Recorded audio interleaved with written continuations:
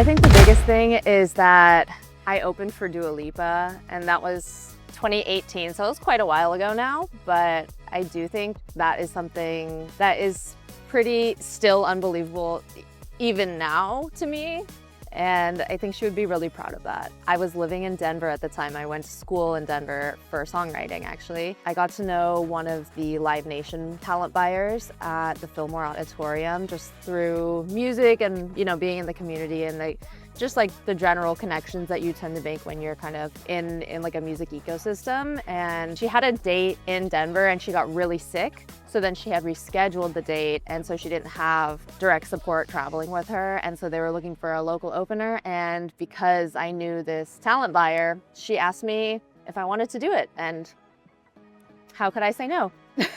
I would say, I don't know if this is a descriptive word, but I would say like Genesis. In 2026, I feel like things have really shifted, and I'm finally starting to see kind of the fruits of my labor of doing this whole artist thing DIY for so long. And I'm really starting to see a shift in just how I perceive the world and how I'm navigating through the music industry. Oh my gosh, I forgot it was 3 words. Okay, so Genesis, and then I feel like maybe rebirth in the same lane, and then also just positive.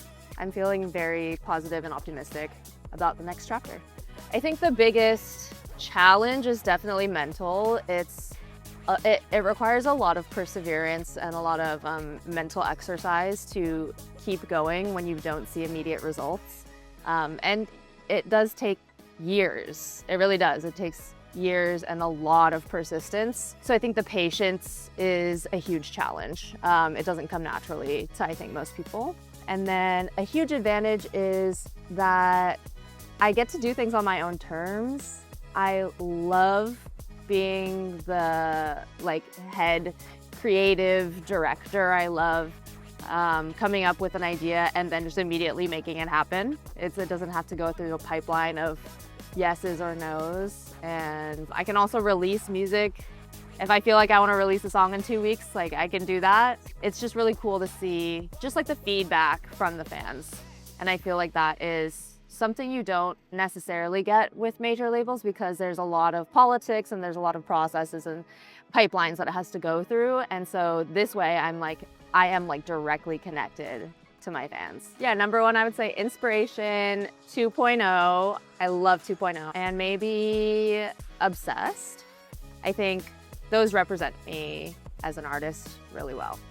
A lot of things that I used to write about, I feel were very sexy. They were very almost glamorous in a way, romanticized. And in the past year or 2, I've started to dig a little bit deeper and started to write more music about the depths of my soul, which is something that isn't really commercially friendly, which is why I didn't avoid it, but I hadn't put out a lot of music before showing that side of me. I'm finding this way to just really dig deeper into myself, and I'm trying not to be afraid to talk about things that aren't necessarily pretty. Honestly, I think it's maybe one of my unreleased songs. I think it's something that hasn't come out yet because I've been writing some, again, much more deeper songs.